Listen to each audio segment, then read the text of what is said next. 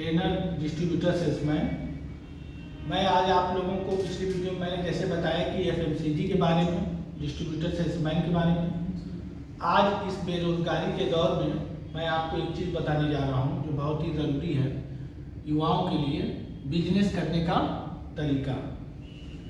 Business छोटे पैमाने पर भी किया जा सकता है और बड़े पैमाने पर भी बिजनेस किया जा सकता है। दोनों तरह से हम बिजनेस करके रोजगार प्राप्त कर सकते हैं।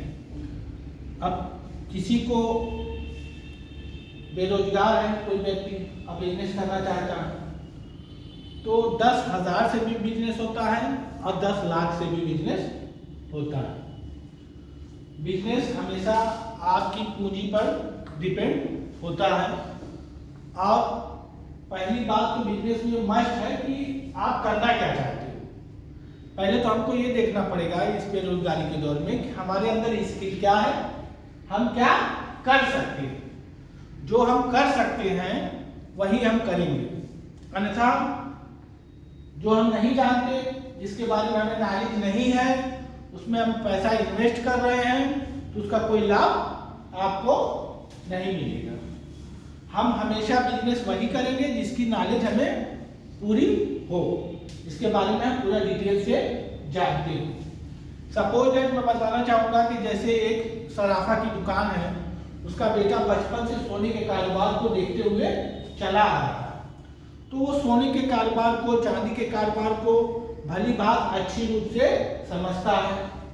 तो उसके लिए बेहतर होगा कि वो सराफा की दुकान खोले और कॉस्मेटिक का कारोबार कर सकता है वो, ठीक है। अगर कोई व्यक्ति किराना स्टोर पर उसके पिताजी या उसके दादाजी चलाते हैं और बचपन से देखता हुआ चला आ रहा है, तो वो किराने का काम करेगा, किराना स्टोर का, एफएमसीजी प्रोडक्ट का उद्योग करेगा, तो वो उसमें सक्सेस होगा। और हम पता लगा हमें नॉलेज कुछ नहीं है, हमने बहुत बड़ी शॉप खोल ली किसी भी चीज़ की, तो हम फ्लॉप कर जाएंगे। तो बिजनेस में पहली चीज़ तो ये इंपॉर्टेंट है कि हमें अपने अंदर देखना पड़ेगा कि हम कौन सा बिजनेस कर सकते हैं या नहीं कर सकते।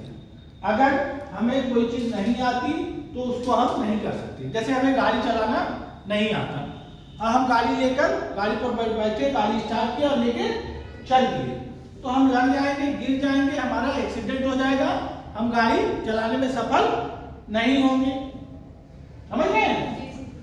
उसी तरह बिजनेस है, मार्केट में आने से पहले हमें देखना पड़ेगा कि क्या हमें आता है या नहीं आता है।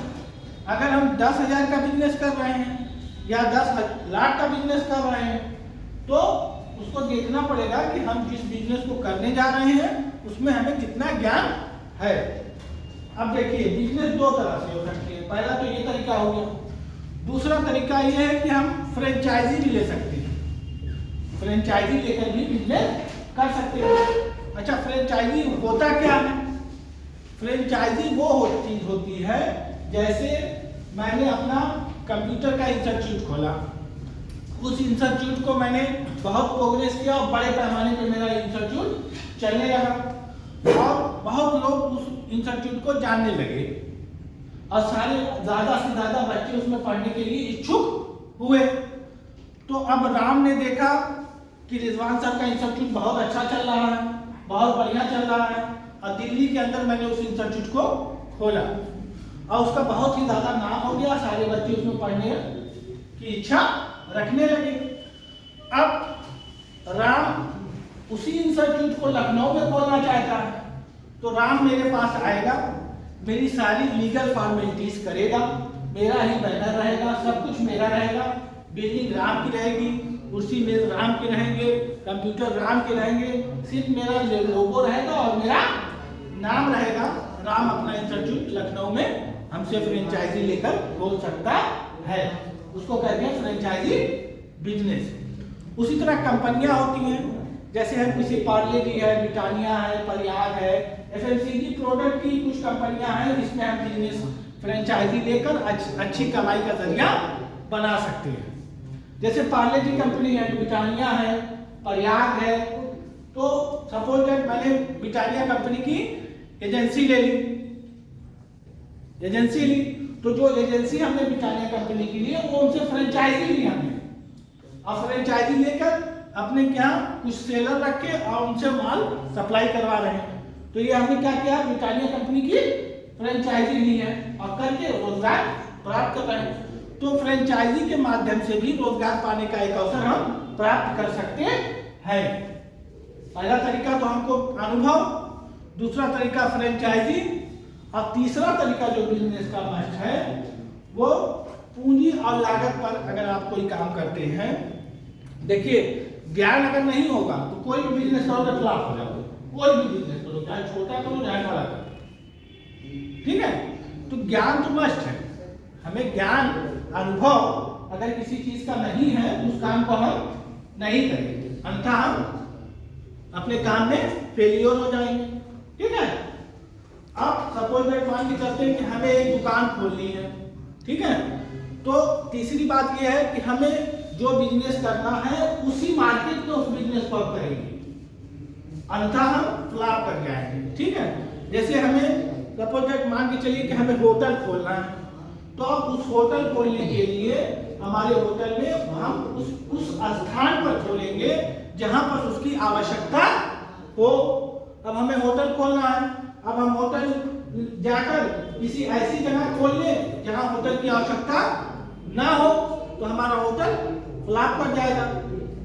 सपोज दैट मान के चलिए कि जैसे हम कि किसी कचहरी है, कचहरी के सामने फाइल बिकती है, पेन बिकती है, तो कचहरी के सामने अगर हम फाइल की दुकान और किताब कापी की दुकान, ठीक है, ये सब खोलेंगे तो चलेगी, स्कूल के सामने चलेगी, कचहरी के सामने चलेगी, ठीक है, होटल भी कचहरी के सामने चलेगा, ठीक है। मगर उसी कापी किताब की दुकान को हम जहाँ सब्जी वगैरह बिकती है वहां खोल ले तो वो फ्लॉप कर जाएगी, नहीं चलेगी। तो कापी किताब की दुकान खोलना होगा तो या तो स्कूल के पास खोलेंगे, या तो कॉलेज के पास खोलेंगे, या तो कचहरी के पास खोलेंगे, जहाँ पे लोग आसानी से आए और उस चीज को हासिल कर सके, ठीक है।